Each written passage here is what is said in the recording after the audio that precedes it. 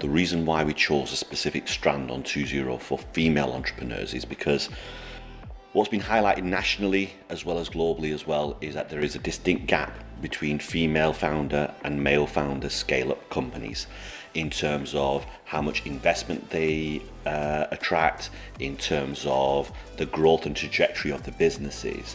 And we need to encourage and empower female founder companies who are aspiring and scaling to be able to be on parity with their counterparts. 2.0 Female was a slightly different programme from the core. We still had the main objective of trying to understand how we could work with companies to help them grow profit levels rather than just grow in size.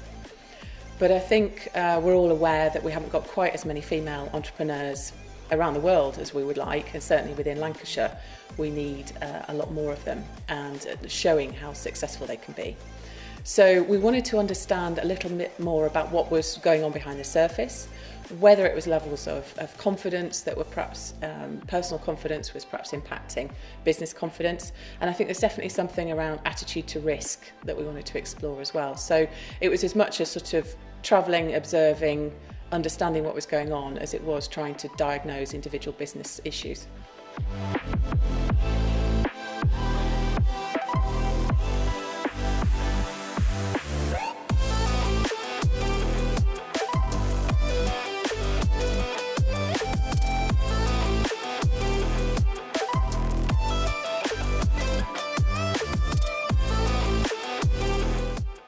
I signed up to the 2.0 programme for two reasons. One, to develop personally, looking at how I could develop my own self-confidence, and secondly, how we could look at developing the business and growing it and pushing it to the next level, breaking those boundaries down. The highlights for me has to be the fabulous peer network of like-minded business owners, all female, that have come together in very, very challenging times to address business challenges, look at ways that we can support each other, and put into practice all the tools and techniques that we've learned through the programme.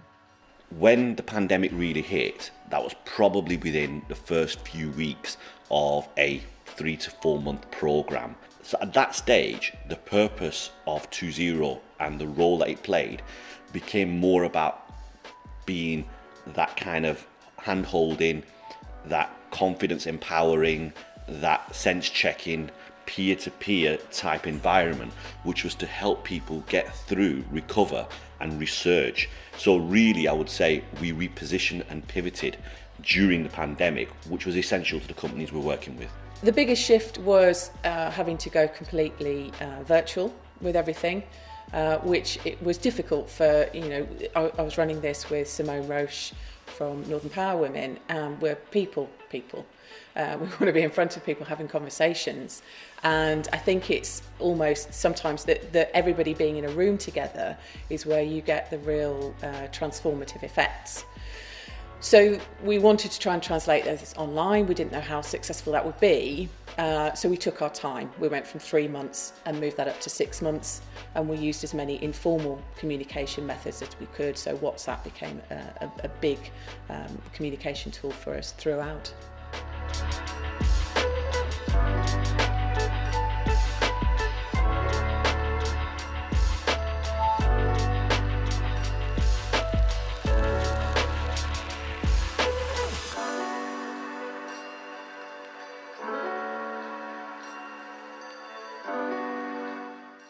The reason why I took part in the 2.0 programme is because at the time, Emily, who's my sister and business partner, and myself had realised that we'd slow down on growth because we'd become less bold with our decision making and therefore risk taking. I got in touch with Amin Vipari, who I absolutely loved. We hit it off straight away, really got on the phone. He told me about 2.0 and that it was a female only entrepreneur programme about scale up and growth, and I was like, oh my god, this is exactly what we're looking for at the moment. It would be amazing to meet some female peers in similar situations to us who are local, so that we could build a network of contacts really, so we can support each other and help each other out.